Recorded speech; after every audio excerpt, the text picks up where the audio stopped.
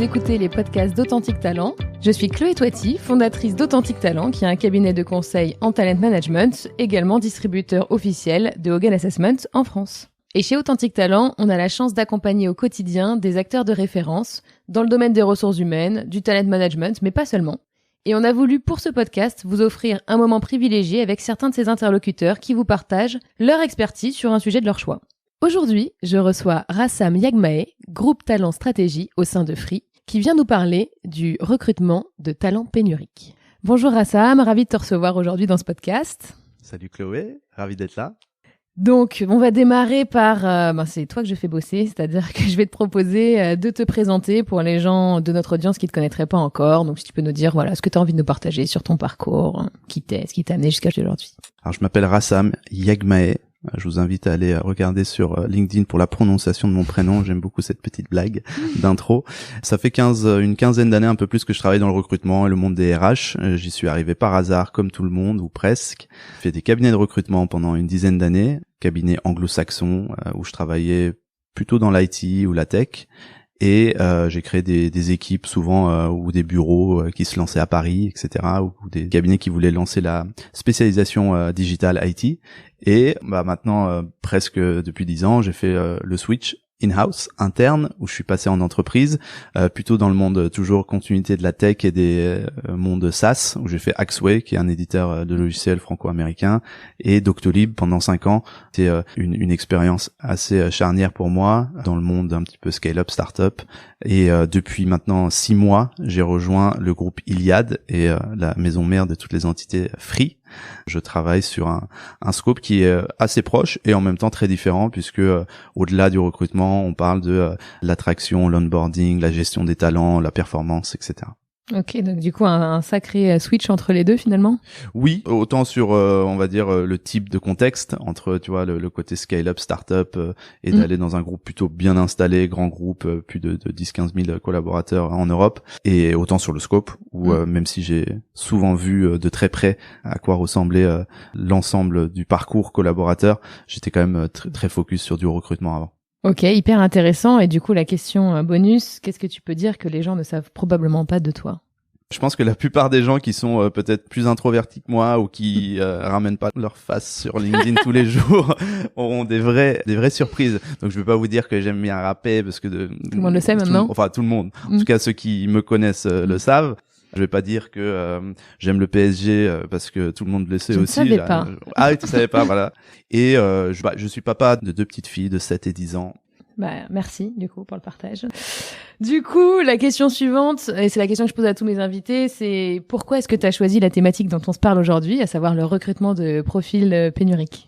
Alors, je l'ai choisi, ou en tout cas, je l'ai accepté dans le sens où... Je sais. Je t'ai pas vraiment demandé de choisir. Non, mais en fait, moi, ça me convient tout à fait. Je connais pas un recruteur à qui on ne dit pas que on cherche un profil difficile à trouver, que ça va être compliqué, qu'on galère, et qu'on soit en cabinet. D'autant plus en cabinet, on arrive toujours sur des sujets un peu compliqués où ça avance pas. Et en interne aussi, quand on est dans des phases de croissance notamment. Donc le sujet me parle, c'est un sujet d'actualité, il y a beaucoup de façons de le prendre et en fait aujourd'hui ce que je me disais c'est que l'idée c'était d'apporter ce que j'ai fait récemment sur une partie notamment qui renvoie plutôt à tout ce qui est top of funnel, de comment on attire différemment, comment on communique différemment, et comment on éveille les consciences un petit peu sur le contenu, etc. que j'aime beaucoup aussi. Et peut-être prendre un angle qui est un peu plus caché, parce que c'est de l'interne, ça parle des rapports entre les gens et comment les gens doivent faire sauter quelques barrières mentales pour que ce soit une réussite totale. Et effectivement, quand on s'est parlé de ce sujet-là, t'as rapidement finalement pris le revers du sujet en me disant il y a les profils pénuriques, mais très souvent quand on parle de profils pénuriques, c'est pas vraiment de ça dont on se parle. Est-ce que t'as envie de nous partager ton avis sur ce sujet-là ? Oui, en réfléchissant sur le sujet, je me suis dit, en fait, est-ce que déjà, quand les entreprises, ou en tout cas ton audience, ou ceux qui posent cette question de manière assez régulière, qu'est-ce qu'ils veulent entendre ? J'ai l'impression que ce qu'ils attendent quand ils disent on galère à recruter, c'est pénurie, que le marché a changé, qu'est-ce qu'on doit faire ? S'attendent à avoir des solutions un petit peu plug and play, des solutions voire miracles parfois, en tout cas des choses qu'ils n'ont jamais entendues, des concepts nouveaux, innovants, ou de l'expertise technique liée à des outils. Tout ça est très vrai puisque j'ai travaillé dans des organisations où j'ai mis en place des nouveaux outils, j'ai mis en place des modèles de sourcing stratégiques où l'expertise et des compétences vraiment intentionnelles sur le sujet étaient nécessaires. Je suis un grand avocat de prendre la parole, raconter son histoire, documenter le process, faire du contenu en ligne, le format vidéo j'aime beaucoup, etc. Prendre des tons décalés, etc. Donc c'est tous ces sujets-là qui sont nécessaires, essentiels, mais le plus important pour moi est ailleurs, dans le sens où, de mon expérience, ce que j'ai pu voir, le super pouvoir qui est le plus important dans le succès, la réussite d'une organisation face à n'importe quelle problématique ou challenge, c'est la collaboration.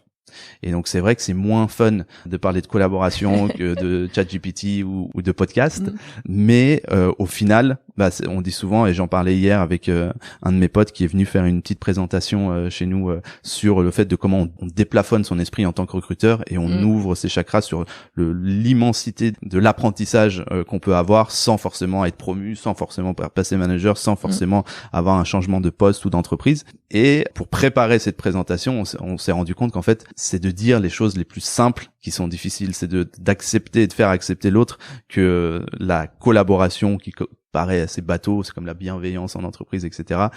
Au final, une fois qu'on comprend et qu'on veut de manière un peu rigoureuse et sérieuse prendre le sujet, on se rend compte qu'il y a beaucoup de granularité derrière pour que ça soit une vraie réussite. C'est hyper intéressant, merci de faire le parallèle avec tous ces sujets qui ont l'air toujours simples, qui ont l'air d'être des évidences et pour autant auxquels on donne pas forcément le niveau d'importance qui est nécessaire. Alors pour tous ceux qui s'intéressent à la bienveillance et à tout ce qu'on peut se dire autour, je vous inviterai à aller écouter le podcast avec Rami. Mais là du coup, je vais rester sur la collaboration et j'ai envie de creuser évidemment ce que tu mets derrière. Oui, parce que je disais que la collaboration, important pour tacler un enjeu business, et donc le prérequis pour ça, pour tous ceux qui se posent la question de comment tacler le problème de recrutement de talents pénuriques, c'est est-ce que vous considérez réellement dans les faits et dans les actes que le recrutement est un enjeu business. Et est-ce que vous le taclez avec les mêmes process, les mêmes rituels, les mêmes outils, les mêmes temps et énergie et d'intention que vous mettez pour tacler un problème de churn de votre business, un problème d'ouverture d'un nouveau bureau, etc., etc. Et donc là-dessus, posez-vous déjà cette première question. Si c'est le cas, tant mieux. Ensuite, je fais une toute petite différence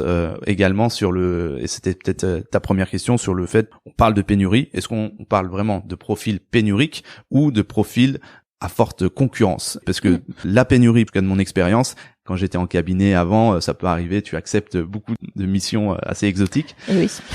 Et c'est là où l'enjeu pénurie pour moi était vraiment réel, c'est-à-dire qu'on était sur des profils rares, difficiles à identifier, où il fallait vraiment faire de la recherche, de la chasse, un peu de mapping, etc. Et donc typiquement, tu vois, de la biochimie, des ingénieurs certifiés avec tel ou tel, on savait qu'il y en avait que 20 en France qui avaient telle ou telle certification, des gens qui parlent une langue exotique, enfin ou pas exotique d'ailleurs, allemand natif. Oui, c'est pas. Voilà, ça c'est rare, je trouve, d'avoir quelqu'un qui parle l'allemand couramment. Et du coup, ça c'est plutôt de la vraie pénurie, alors que finalement la plupart des entreprises qui se posent cette question de pénurie font référence à des profils de développeurs assez classiques ou des commerciaux, des sales, des inside sales, des field sales, etc.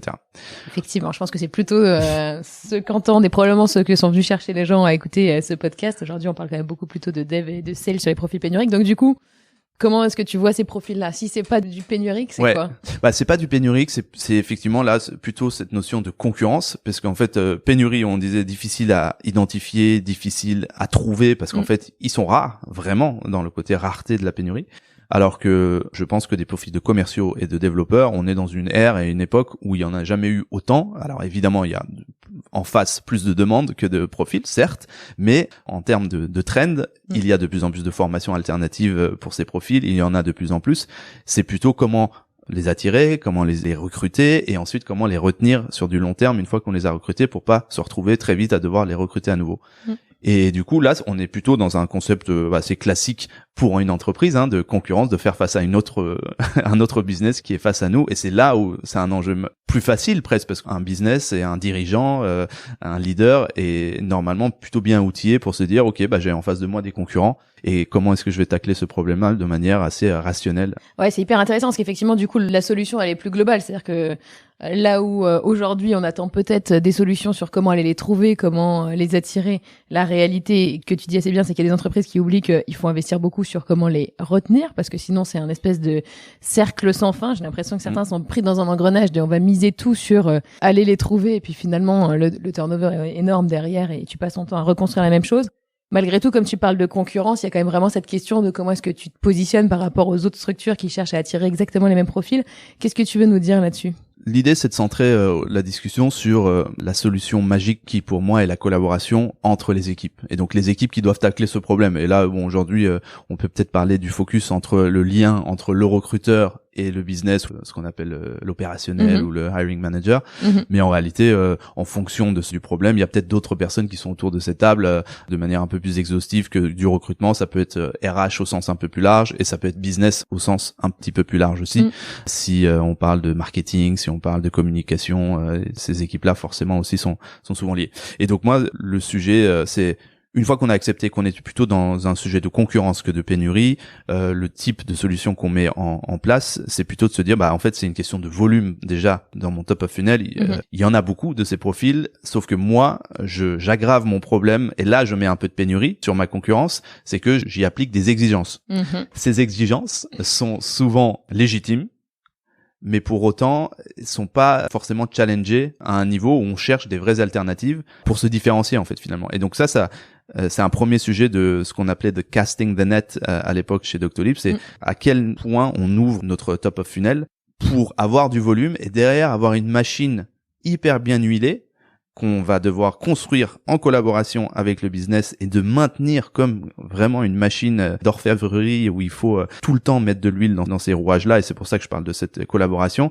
Et là, le changement de mindset pour ceux qui identifient le problème du recrutement doit être total. Et un leader sales ou business tout court, opération, etc., qui ne connaissent pas le concept d'un CRM, alors qu'il est, je sais pas, au Comex ou leader dans une boîte qui vend des choses, un service, un SaaS, peu importe.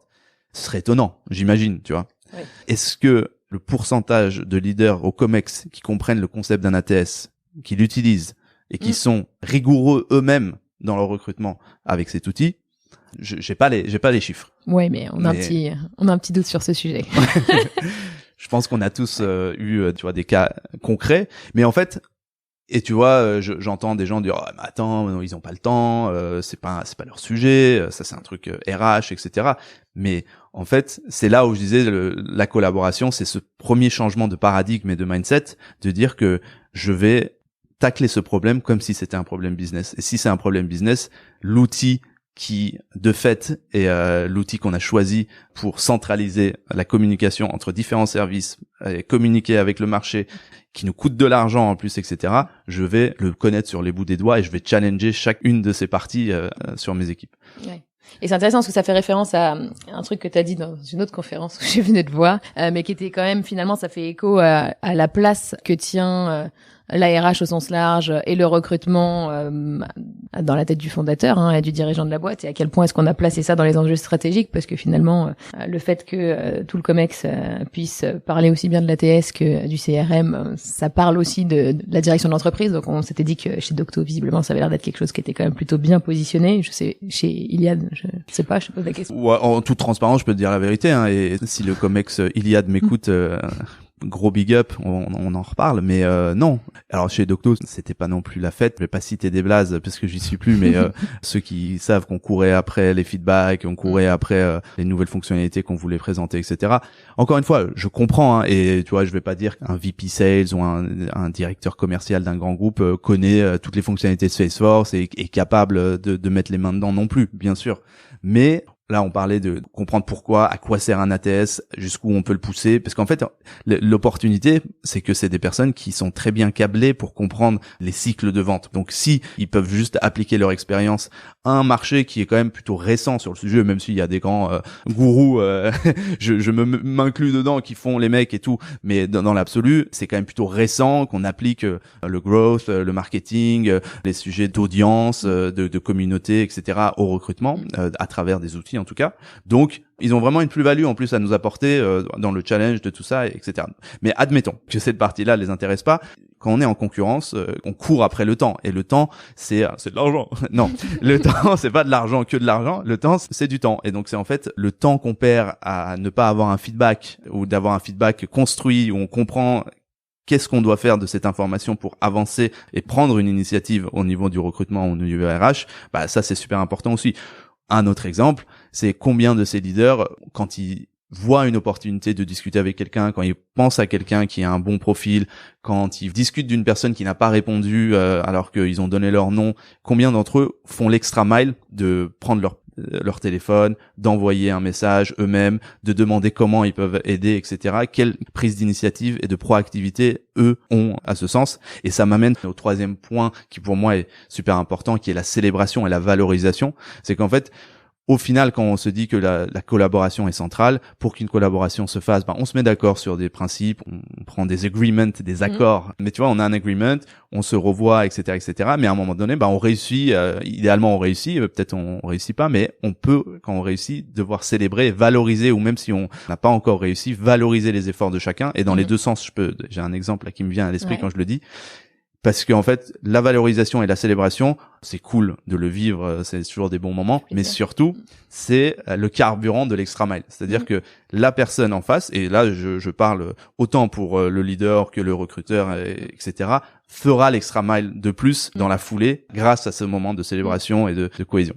L'exemple qui me vient à l'esprit, c'est que on avait un engineering manager qui s'appelle Connell Murphy, il se reconnaîtra peut-être, maintenant il est chez Criteo, mais chez Doctolib, qui, parce qu'on avait commencé à bien collaborer avec son équipe, mis en place des rituels de post-mortem, on faisait un point, on faisait du peer sourcing ensemble, etc.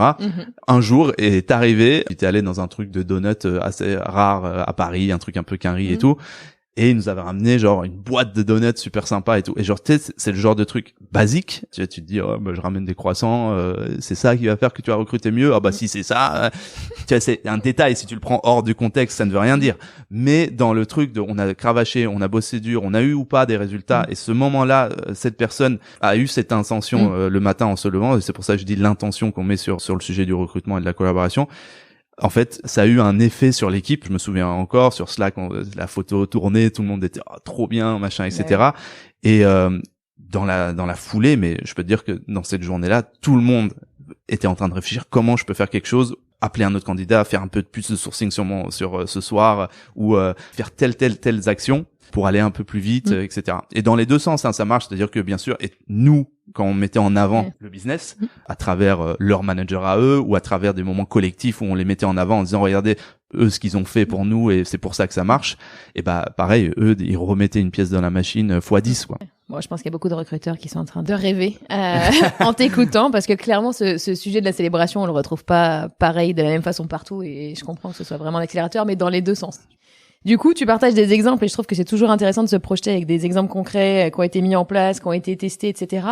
Toi, qu'est-ce que tu as envie de nous partager d'éléments que tu as mis en place pour aider sur du recrutement de profils ou pénuriques ou concurrentiels, j'ai choisi. Et qu'est-ce que tu as envie de nous partager des résultats ? Peut-être que sur 3 axes, alors l'un reprend un petit peu le sujet vraiment en amont sur la partie plus branding, communication, création de contenu, mais je pense que c'est quand même central aussi, bien sûr, et que le cas qui a porté le plus ses fruits et des résultats dans mon expérience récente chez Doctolib, c'était quand on a créé la communauté Tech Life. En fait, on partait du postulat au départ que chez Doctolib, c'était déjà une belle start-up en 2017 quand moi j'ai rejoint, avec pas mal de gens qui voulaient bosser chez Doctolib, il y avait aucun souci là-dessus. Par contre, sur des développeurs ou les profils tech, les vrais place to be, c'était plutôt Algolia, Criteo, qui le sont toujours d'ailleurs, des très belles boîtes tech. Et il y avait ce challenge de dire comment est-ce que on devient top 3 pour eux dans leur esprit, de se dire que Doctolib c'est l'endroit. Et donc parce qu'il y avait bien sûr des éléments concrets à partager, il y avait beaucoup plus d'enjeux techniques que ce que les gens pouvaient penser. On n'était pas qu'un calendrier pour un agenda, mais il y avait un vrai logiciel derrière, il y avait des enjeux tech compliqués, il y avait des gens de très bon niveau, il y avait une équipe, une culture tech avec des 3 cofondateurs qui étaient tech et développeurs à la base, etc. Donc un bon terreau, on va dire, pour pouvoir communiquer. On a créé d'abord une newsletter en interne où les gens commençaient à partager leurs best practices, leur contenu, les lectures qu'ils avaient fait. Au bout d'un moment, on a ouvert cette newsletter à l'externe, on a augmenté l'audience, on a fait des meet-up, on a fait pas mal de vidéos, on avait un coach qui était derrière les engineering managers et directeurs pour écrire, et il y avait un calendrier éditorial, etc. Donc tout ce projet-là a mené à ce que au bout de quelques années, on était devenu, pour le coup, et encore aujourd'hui Doctolib l'est, dans le top 3, voire top 5, enfin top 5 ou voire top 3 des plus belles boîtes tech dans le monde startup, on va dire scale-up, pour faire une carrière. Après derrière, c'est pour ça que je dis le lien avec des équipes RH est très forte, c'est qu'une fois que tu fais ça, derrière il faut back it up, tu vois, comme on dit, c'est que tu peux pas dire que venez ici parce que vous allez avoir un carrière path, etc. Derrière il fallait construire ça avec les équipes RH, tenir la promesse, et ça c'est les référentiels de compétences, les carrière paths, gamification des trucs, et de le mettre dans des rituels de temporalité avec les performance reviews, avec les promotions, les managers, définir chaque niveau, pouvoir recruter avec cette transparence et ensuite qu'elle soit réelle, etc. Tout ça, c'était bien sûr le travail de toute une équipe. Donc ça, c'est un exemple pour moi où tu prends le sujet sur un sujet qui est un peu plus de communication, de branding, de création de contenu, mais en fait, tu dépiles quelque chose, et en fait, tout le monde est contributeur au final de ce sujet. Donc ça avait très bien marché, non seulement en termes de croissance de leads entrants, entre guillemets, de candidatures, de cooptation, mais nos taux de retour sur le sourcing avaient été très fortes. On est passé sur juste les full stack à Paris senior, on va dire, qui est quand même un segment un peu niche, on est passé de 20-30% de recrutement via candidature à plus de la moitié. C'est-à-dire que le sourcing est passé en second en termes de hire sur cette population-là. Ce sujet-là, juste pour reprendre un peu la genèse, c'est l'initiative, elle venait vraiment de Talent Acquisition ou c'était venu Alors bien sûr qu'il y a toujours, parce qu'en fait il y avait une très belle communauté déjà des 10-15 premiers développeurs qui étaient très forts, éveillés et éduqués sur le sujet, donc mais ils n'avaient pas encore vraiment pris le pas de le brander, d'en faire quelque chose. Il y avait des tech time en interne, donc tous les jeudis ils se voyaient, ils parlaient de leur projet, etc. Mais nous on a commencé à se dire ok, on va ramener nos candidats qui sont pas encore chauds à ces tech time là. Est-ce que vous êtes chauds? Il va falloir leur parler, avoir du temps, machin. Et après tout ce qui était vidéo, contenu, campagne, des choses, bien sûr que c'est plutôt nous qui avons amené les parce que le temps malheureusement à la base personne n'a le temps pour ces sujets-là. J'imagine. Je parle de ce point-là en sachant que c'est le premier que je voulais pas trop aborder aujourd'hui, parce que pour moi c'est tu vois, c'est pas le cœur de la collaboration. Je démontre pas que derrière, bien sûr que tu lances ce projet et tout le monde doit travailler en orchestration. Et peut-être juste pour finir sur cette partie un peu marque, etc. Je parle souvent de marque employeur qui est un peu désuet pour moi, et on parle plutôt de marque métier, parce que là on était sur de la marque métier. C'était comment on fait pour que les développeurs se disent Docto est un endroit vraiment cool pour aller bosser. Après, on se l'est appliqué à nous sur le recrutement, de comment on fait pour que les meilleurs recruteurs du marché se disent que Doctolib est un endroit incroyable pour d'être bien payé, grandir ma carrière, avoir une bonne ambiance. Et on s'est appliqué les mêmes choses. On a créé Hiring Health Check, qui était un peu le pendant de Tech Life, qui était en fait nos vies. On faisait de petites interviews, des formats un peu marrants. On écrivait nos propres articles sur comment on était en train de construire la machine de recrutement chez Doctolib. Et ensuite, une fois que tu as la marque métier, tu as la marque manager ou la marque collaborateur, mais je trouve que la marque manager c'est quand même super fort. C'est le fait qu'un manager raconte son histoire de comment il est en train de construire son équipe, comment il applique ces préceptes-là à lui-même.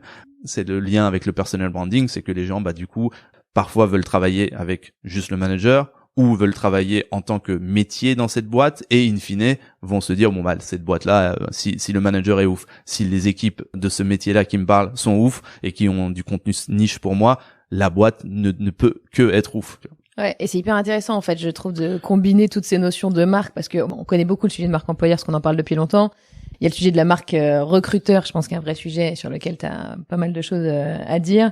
Là, on voit marque métier et marque manager, et c'est vrai que marque manager, quand en plus tu regardes toutes les études qui parlent du fait que les gens quittent une entreprise parce qu'ils quittent leur manager en fait, et que donc ce sujet-là, avec qui j'ai envie de travailler, est quand même un sujet dans le haut de la liste de ce qui fidélise, ou au contraire de ce qui défidélise, c'est évidemment pas le mot, mais voilà.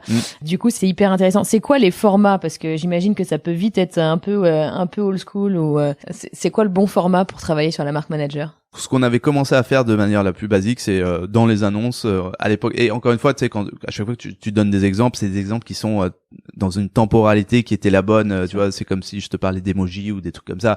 Voilà, je vais pas forcément le refaire aujourd'hui, mais à l'époque, c'était dans les annonces, on mettait un lien LinkedIn du manager. Tu vois, un peu le truc aujourd'hui où beaucoup le font. Est-ce que c'est encore pertinent? J'en sais rien, mais à l'époque, on avait commencé comme ça. Après, une fois qu'on s'était dit ça, on se disait pendant qu'on fait les briefs avec les managers, pourquoi je sortirais pas mon téléphone et je prendrais une photo. Après, la photo est devenue plutôt une petite vidéo où le manager pitchait pourquoi c'était important de venir dans son équipe, et on a envoyé cette vidéo dans nos messages d'approche aux candidats au lieu de leur raconter nos vies, etc. On disait voilà, ce manager, on a vu ton profil ensemble pendant une session de pair sourcing. Et il y avait ces petites vidéos du manager directement. On sait que le send on behalf of, tu vois, le SOFO de LinkedIn marche très bien, c'est-à-dire, et j'explique ce que c'est qu'en gros, tu donnes le droit à quelqu'un d'envoyer un message en ton nom sur LinkedIn. Et donc, quand on le faisait des comptes des fondateurs, évidemment, mais aussi des engineering managers et des managers eux-mêmes, des opérationnels, ça a augmenté drastiquement nos taux de retour. Donc voilà, c'est des petites choses qu'on a mis en place. Ok, super intéressant. Donc merci. Donc c'était le premier axe, mais je sais que tu en avais deux autres. Oui, j'en ai deux autres et je vais en parler parce que donc le deuxième, c'est en fait l'enjeu data. Une fois qu'on s'est mis d'accord, tout le monde est engagé, a de l'intention, du temps, a même commencé à faire un peu de branding, etc. C'est que tout ça a amené normalement plus de volume tout en haut de ton funnel. Et beaucoup de gens essayent de regarder la data de conversion tout en haut, de combien de gens j'ai contacté, combien m'ont répondu, combien ont postulé suite à cette campagne où j'ai investi de l'argent. Et après, derrière, les étapes qui en suivent sont moins souvent traquées de manière rigoureuse, constante, et pareil, avec des exigences communes. C'est-à-dire, et je donne 2-3 exemples, alors je vais pas faire tous les steps classiques, du premier entretien, du phone screen, du test, du dernier entretien, de l'offre, de l'acceptation ou du refus. Enfin, toutes ces étapes-là, c'est des étapes qui méritent d'être regardées avec leur propre conversion d'une étape à l'autre, parce qu'en fait, je donne un exemple. Si on considère qu'un manager, souvent les managers vont dire ça, oui mais moi j'ai pas le temps, tu m'as envoyé 10 candidats, ils sont pas bons, fais des meilleurs filtres. D'accord, moi je vais faire plus de filtres je vais peut-être appeler 50 personnes et je vais t'en envoyer que 10, là où avant je t'en envoyais 25.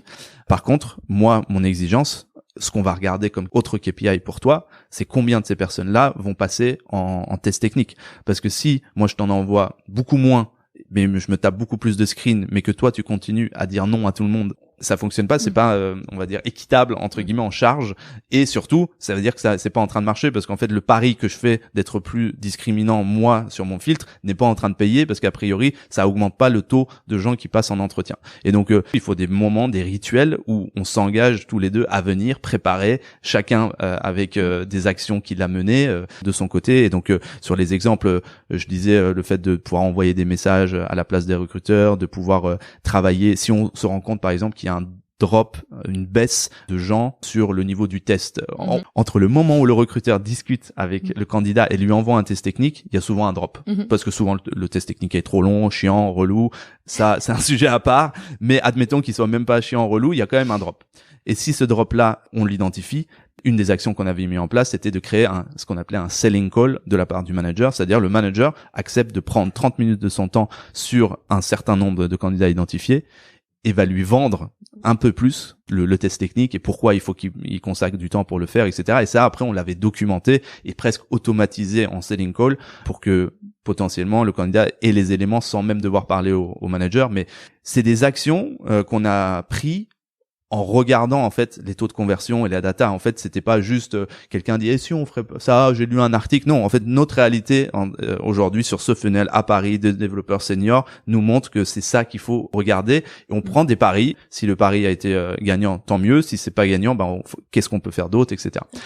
Ouais, c'est vraiment aborder finalement le recrutement comme le business, parce que je veux dire côté sales, on le fait ce type d'analyse, on regarde les datas à chaque étape, ce qui fonctionne, on trouve des actions correctrices, et donc c'est simplement appliquer ça aussi dans la façon dont on recrute. Oui, ça en revient, et du coup ce qu'on fait pas beaucoup, ça a l'air d'être une évidence, mais oui, je sais pas si même les sales eux-mêmes, parce que tu vois il y a toujours la littérature et la réalité entre est-ce que un sales va vraiment analyser ses taux de déchets, un deal qui se fait pas, est-ce qu'il va faire un post-mortem, machin, et mettre en place des actions.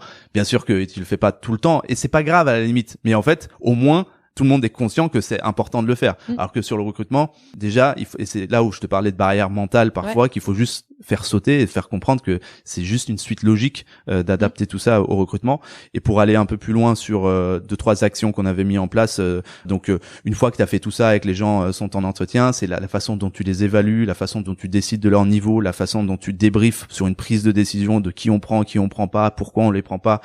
Tout ça, évidemment, la collaboration, mais c'est peut-être l'endroit où elle est le plus centrale, où les meilleurs recruteurs, ce sont qui arrivent à être des avocats de leurs candidats, mais aussi surtout des challengers du business pour dénicher les incohérences, dénicher les biais, etc. Tout ça, c'est quelque chose sur lequel, et quand je dis collaboration, c'est qu'il faut accepter le fait on parle sur un pied d'égalité et que je vais te dire quelque chose qui va te troubler potentiellement, te faire bouger dans tes convictions, etc. Et donc ça, le nombre de recruteurs à qui je parle, qui non seulement n'ont pas une vision stratégique de pourquoi ils doivent recruter tant de personnes et pourquoi ils doivent avoir tel diplôme ou pourquoi ils doivent machin, admettons, même encore moins ont la capacité de se dire je vais pouvoir dire ça à un manager parce qu'on n'est pas sur ce même type de pied d'égalité, parce qu'on n'a pas la culture de la collaboration d'équipe sur le problème qu'on veut tacler. Ouais, il y a cette question de la collaboration. Il y a, je pense aussi le sujet que l'évaluation est un vrai métier et que le recruteur a vraiment quelque chose à apporter aussi aux managers, parce qu'ils vont pas évaluer les mêmes choses, pas avec les mêmes méthodes, pas avec les mêmes outils, mais que malheureusement même les recruteurs des fois sont pas suffisamment formés, outillés là-dessus. Bien sûr, et je fais peut-être le lien sur le dernier point de la partie data qui m'amène à mon dernier point, qui est le closing, sujet que j'adore, la psychologie du closing, qui encore une fois, voilà, tu vois, on faisait les parallèles à chaque fois avec le monde business, sales, etc., de conversion. C'est édifiant à quel point c'est important, mais en traquant et en regardant de manière structurée les refus d'offres, et pour les raisons de refus d'offres, en faisant de ce qu'on appelait les post-mortem, mais peu importe, on se met dans une salle et on réfléchit pourquoi ça a pas marché, et en découle des raisons, et sur ces raisons en découlent des solutions potentielles et du coup un plan d'action. On avait abouti à former les managers au closing. Et même des managers sales, c'est-à-dire que... C'est là, on imagine qu'il n'y a pas besoin, mais en fait, si. Il y a un truc, moi, qui m'avait marqué quand j'étais en cabinet. On mettait énormément d'énergie à aller choper des clients, des prospects. On était incroyablement inventif dans le bullshit, raconter des histoires pour choper un entretien, dans le côté un peu, tu vois, requin, etc. On chopait le besoin, on signait le contrat, et derrière, on arrivait au bureau en disant, maintenant, il faut trouver les candidats. On filait ça à un chargé de recherche, ou nous-mêmes on le faisait, mais genre avec les yep, tu vois, non mais tu vois, c'était genre incroyable de se dire, attends, t'as fait tout ça, t'es chaud, t'es capable d'être dans la conviction, dans la créativité, dans la filouterie, et pourquoi tu n'appliquerais pas? Et moi j'étais le premier dans ce cas-là. Et alors pourquoi? Parce que je m'étais pas dit que c'était possible, en fait, de dire quand j'appelle un client ou un prospect et lui dire voilà, est-ce que vous avez une faites ci, non mais faites-moi confiance, enfin tous les techniques de attendez, je prends 5 minutes et vous allez voir machin. Et pourquoi ce serait pas exactement la même chose quand je contacte un candidat? Encore une fois, aujourd'hui, c'est quelque chose qui paraît évident pour tout le monde. À l'époque, il y a 10-15 ans, moi, c'est le monde un peu in-house qui m'a converti à ça, de dire que c'est fou comment on peut appliquer ça. Et donc, pourquoi je disais ça? Pour dire que, oui, il y a des managers sales qui sont très bons à aller choper du business, convertir, closer, etc.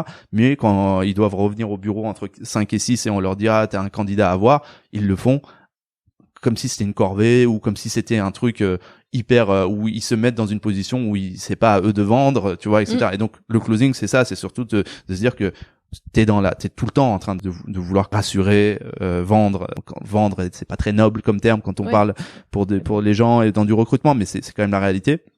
Et donc dans cette formation, c'est un peu les bases de à quel moment on prend contact et les check-in qu'on doit faire avec les candidats. Qu'est-ce qu'on y dit, qui dit quoi, pourquoi, quel type d'informations on veut retirer à chaque fois, comment on rassure, et en même temps on demande de l'engagement, du commitment de la part du candidat, et on prend des accords, des agreements à chaque étape, etc. Comment on va plus loin en termes de suivi de questions, c'est-à-dire que de demander à un candidat au bout de l'entretien, ok, super, est-ce que vous serez intéressé du coup de travailler avec nous, est-ce que vous accepteriez d'écouter une offre de notre part, et il dit oui, et de se dire que ok, c'est bon, ça va marcher alors, parce que comme si un candidat n'était pas juste un autre être humain comme un manager ou un client qui a 1000 autres choses qui vont jouer dans la balance, et d'anticiper tous ces points et d'aller plus loin en disant ok, oui, mais combien de temps, est-ce que vous allez regarder d'autres offres avant de dire oui chez nous, pourquoi, et du coup qu'est-ce qu'on peut faire en attendant. En fait, tous les trucs basiques de tu augmentes ton closing à chaque étape, et c'est pareil pour les candidats. Et donc tout ça, on l'a commencé à le mettre en œuvre pour des populations hiring managers, etc. Et on a vu forcément après sur un marché concurrentiel, il n'y a pas de baguette magique, tu passeras jamais sur 100% de closing, mais en ayant ces discussions, en mettant en place des rituels de regarder les datas et d'ouvrir les chakras des gens sur ce qu'est le closing dans le recrutement, déjà t'as fait des pas en avant incroyables. C'est hyper intéressant, puis ce qui est hyper intéressant, c'est de comprendre que c'est pas entre guillemets que des quick wins, c'est-à-dire qu'il y a beaucoup de structuration dans ce que tu racontes et c'est des mises en place qui doivent être un peu systématiques et c'est pas la bonne idée à laquelle je pense instantanément, mais ça doit rentrer dans la culture de toute l'équipe de recrutement en fait quelque part, genre manager comme recruteur. Ouais. Et c'est des choses qui peuvent se mettre en place dans des process d'ATS, dans des process automatisés presque. À chaque étape, on peut essayer de deviner l'intentionnalité du candidat. Est-ce que il est prêt, pas prêt? S'il est pas prêt, qu'est-ce qu'on peut encore faire? Quel document on envoie? Quel autre appel on met en place? Un exemple qu'on avait, que j'ai souvent aussi déjà cité, mais pour les cooptations, on avait mis en place, à partir du moment où il y a une cooptation, on ne peut pas appeler le profil sans prendre un peu d'infos, de contexte de la part de la personne qui l'a coopté. Ou on peut pas complètement faire en sorte que comme si cette personne n'existait pas dans le process, et en fait on a une arme incroyable d'une personne qui a accès à ce tiers. D'habitude on l'a pas, on a le candidat en direct, parfois un cabinet de recrutement, mais on n'a jamais une personne intermédiaire qui a une influence, qui a un respect, une légitimité, une autorité parfois même sur la personne qui est en process. Et donc dans l'ATS on peut très bien se dire il y a un process, avant d'appeler on fait un point, ou au moment où on a fait l'offre on refait un point avec la personne qui a coopté. Et donc tout ça c'est des choses qui sont potentiellement automatisables dans un process. C'est comment tu capitalises sur ce sujet-là et tu t'assures de pas laisser les chances de côté en fait quelque part. Alors, il y a plein de super trucs à prendre dans cette success story. Si je devais résumer, si je te demandais les choses que tu referais pas, les choses que tu as tentées ou que vous avez tentées, que ce soit chez Docto, là chez Iliad, qu'est-ce que tu referais pas? En fait, c'est un sujet un peu niche de recrutement, mais la surspécialisation, c'est quelque chose que j'ai beaucoup et encore une fois, j'y crois absolument encore aujourd'hui, qu'à un moment donné dans ta carrière, dans le recrutement ou n'importe quelle carrière, en fait, la spécialisation, il faut y passer à un moment donné. Il faut te surspécialiser sur quelque chose parce que c'est la seule façon de vraiment aller en profondeur sur un sujet et de vraiment arriver en haut de la mêlée et d'être précurseur, innovant sur un sujet, c'est en te spécialisant. Parfois, la surspécialisation, ce que ça a donné, tu vois, typiquement, je donne l'exemple où on était sur un modèle de recruteur 360, tu sais, où le recruteur fait du sourcing, fait de la coordination, met en place les entretiens, fait son closing, fait un peu de pré-onboarding, etc., à un modèle où on avait des sourceurs, des coordinateurs, des programme managers, des recruteurs, etc., des personnes en talent marketing. Et donc ça, c'est très bien, mais en fait, vu mon thème aujourd'hui, c'est plutôt la collaboration. Plus tu ajoutes des personnes, entre guillemets, et tu divises un petit peu les tâches, plus tu rajoutes des personnes qui doivent être alignées autour d'un process et s'entendre dessus, etc. Et donc, ça ramène de la complexité. Et je dirais pas que je le referai pas, je dirais juste, je serais précautieux de se dire que, en termes d'avantages, ce que ça apporte, et en termes de complexité, ce que ça ajoute aussi parfois, et que parfois tu sors le bazooka pour tuer un poisson, quoi. Mais ça c'est un exemple. L'autre exemple souvent que je dis, et j'en avais parlé beaucoup avec les premières personnes avec qui j'avais bossé chez Docto, le VP Engineering Nico de Nayer, je pense que je mettrai en place plus rapidement ce rapport d'égal à égal qui est facile à mettre en place dans une culture saine. Et c'est peut-être là-dessus que j'avais un peu cette conclusion en tête, c'est que une fois que tu te dis que cette collaboration elle est primordiale et que elle est visible dans les process, elle est palpable dans la culture, dans la célébration, dans la valorisation, dans la possibilité que les gens se disent les choses, dans la transparence, etc.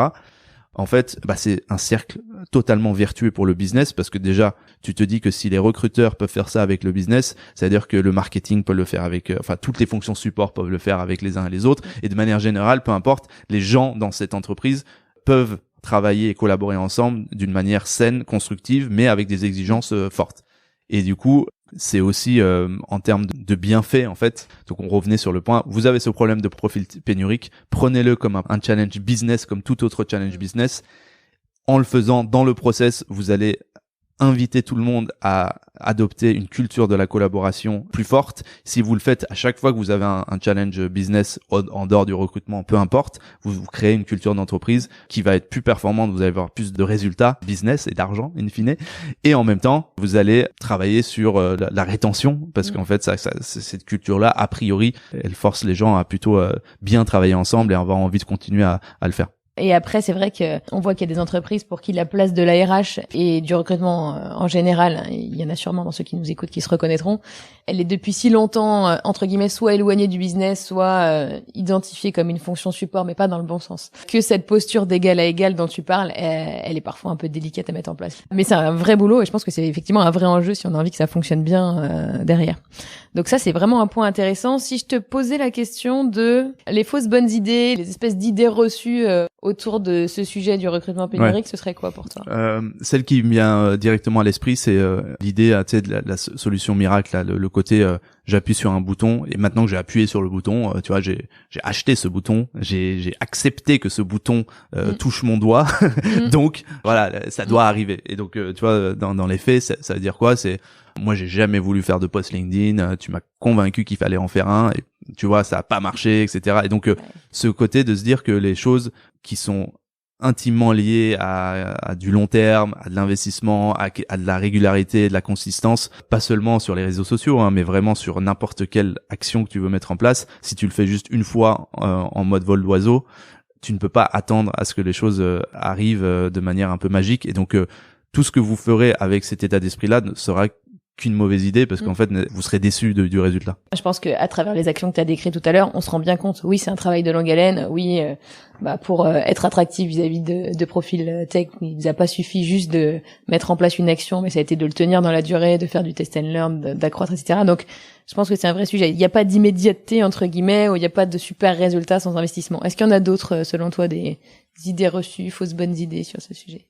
Je pense que c'est de vouloir aussi un petit peu par mimétisme faire ce que les meilleures boîtes, et donc souvent les GAFAM, ont fait sur les perks, les bénéfices, les salaires, en oubliant que les exigences, en fait, ça va toujours de pair avec des exigences. Ces boîtes-là le font pour aller chercher un certain type de profil, et du coup, en fait, par mimétisme, on dit du coup on va mieux payer les personnes et du coup on devrait récupérer les mêmes types de profils, etc. Sauf que les exigences qu'on s'impose sur le niveau technique, sur quel type d'école elles ont fait, etc., sont pas forcément applicables et légitimes. Déjà, l'entreprise dans laquelle vous êtes n'est peut-être pas au niveau, tout simplement, entre guillemets, de pouvoir se payer parfois, et quand je dis payer, pas forcément à travers l'argent, hein, mais certains types de profils. Et donc, le côté mettre en place les best practices, forcément, d'autres boîtes, sans se dire, mais est-ce que nous, on est comparables? Et tu vois, le meilleur exemple que je donne là-dessus, c'est les profils en reconversion. Tu vois, c'est très difficile de faire accepter à des entreprises de prendre des profils en reconversion, parce que il y en a peu qui sont prêt d'ouvrir le niveau d'alternative que tu as face à un marché de concurrence où c'est pas tant la pénurie, mais ils sont là, les profils sont là en fait. Si t'as du temps, tant mieux parce que tu trouveras toujours. Si t'as pas de temps, mais que t'es sur un marché de concurrence, il faut changer tes exigences. Et donc la fausse bonne idée, c'est de garder le même niveau d'exigence en pensant que simplement parce que t'as fait les best practices des GAFAM avec salaire, perks, remote, ça devrait payer. Ouais, c'est hyper intéressant, ça fait écho à pas mal d'exemples qu'on a avec certains clients qui ont dû réouvrir un peu leur chakra sur les prérequis qui sont parfois complètement délirants, mais juste dans les habitudes ou dans les habitudes des boîtes sur lesquelles ils se projettent, mais un petit peu plus haut, mais de toute façon qui parfois n'ont même pas de fondement. C'est-à-dire que est-ce que venir des top 3 écoles est forcément une clé de succès dans le poste? Voilà, j'en donne une qui est assez classique. Merci pour les fausses bonnes idées. En fait, tu nous as filé pas mal de conseils. Donc ma dernière question par laquelle je termine habituellement, c'est 3 conseils que tu donnerais à une entreprise qui a vraiment envie de travailler là-dessus. Tu nous as donné plein, donc est-ce qu'il y a un conseil que tu nous as pas donné, que tu as envie de nous donner? Non, je pense que en termes de conseils pratico-pratiques, dans toutes les étapes, il y a des bonnes idées à prendre là-dedans. Je dirais que le plus dur, c'est de commencer, entre guillemets, et je reviens sur le côté de mindset, à partir de maintenant, les managers que vous avez qui vous disent, j'ai du mal à recruter, c'est pour ça que ça marche pas, ils en sont où le recrutement, qu'est-ce qu'ils font, etc. C'est comment est-ce que eux, quelles solutions ils ont en eux, et comment ils vont la partager et comment vous, en tant que leader, vous allez les rendre responsables de ça. Est-ce que vous allez peut-être à partir d'aujourd'hui leur mettre des KPI dans leurs objectifs liés au recrutement, et peut-être pas liés au recrutement parce que ce serait trop simpliste de dire que c'est le résultat, parce que nous, ce qui nous intéresse, c'est la collaboration dans ce process, et c'est plutôt de mettre en place des objectifs liés à la collaboration qu'ils vont avoir, et donc le temps qu'ils vont dédier, le niveau de régularité et de consistance dans les informations qu'ils vont partager, et dans le niveau de proactivité et de prise d'initiative qu'ils vont avoir. Donc voilà, en tant que tu es VP je ne sais quoi de business line de je ne sais quoi, par contre sur ce quarter, tes 3 actions quantifiables qualitatifs, c'est de prendre 3 prises d'initiative sur le recrutement, et c'est à toi d'aller voir le recrutement et de leur proposer ça et de les mettre j'en sais rien, tu vois.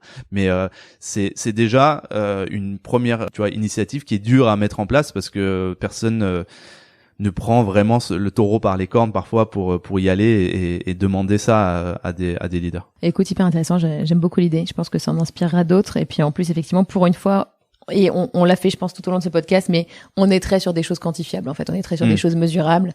Et faut arrêter de se dire que dans tous ces sujets, talent, entre guillemets, tout est fluffy. On est capable de quantifier, de mettre des vrais objectifs, et pas simplement de les mettre à l'équipe Talent Acquisition en direct, mais à tout l'écosystème. Est-ce qu'il y a une question que tu aurais voulu que je te pose, que je t'ai pas posée? Est-ce que tu as envie de rajouter autre chose sur ce sujet? Non, écoute, je pense qu'on sur ce sujet-là, on est très bien, et je suis content pour une fois, on n'a pas trop parlé de la partie le rap, etc. Parce que parfois on me résume à ça à la partie communicant. Effectivement, je ramène souvent ma gueule sur LinkedIn, mais je trouve que c'est en vrai, si j'ai des tips à donner, ils sont beaucoup plus sur tout ce qui est moins sexy et beaucoup plus sombre et complexe, et c'est les sujets qu'on a abordés aujourd'hui, donc je suis très content. Je suis ravie que notre podcast ait été du coup le moins sexy de tes interventions. Et par contre, j'encourage évidemment ceux qui n'ont pas suivi, on va dire, les sujets les plus clés sur lesquels tu parles régulièrement, d'aller regarder notamment ta chaîne YouTube. Yes, Recruiters in the House avec Michael Sayad, on a fait beaucoup de contenu, toujours avec un ton décalé, où on parle souvent de cette idée de marque employeur, marque métier, marque manager et personal branding. Ouais, et c'est assez sympa parce que c'est assez décalé. On parlait justement de toi hier, figure-toi, avec quelqu'un que je ne nommerai pas mais qui se reconnaîtra en disant ça fait du bien dans ce secteur parfois un peu figé d'avoir des interventions sous une forme un peu différente. Ouais. Donc voilà, allez écouter ou allez regarder. Merci beaucoup. Merci à toi. Merci de nous avoir écoutés. On se retrouve très prochainement pour un nouveau podcast. Et en attendant, n'hésitez pas à aller réécouter les anciens. Comme ces conversations sont riches, on a décidé de condenser l'ensemble des points clés de cet épisode sur une page que vous pourrez retrouver soit en cliquant sur le lien en description de cet épisode, soit sur le site AuthenticTalent.fr. Suivez-nous sur notre site AuthenticTalent.fr ou sur notre page LinkedIn. À très vite. Au revoir.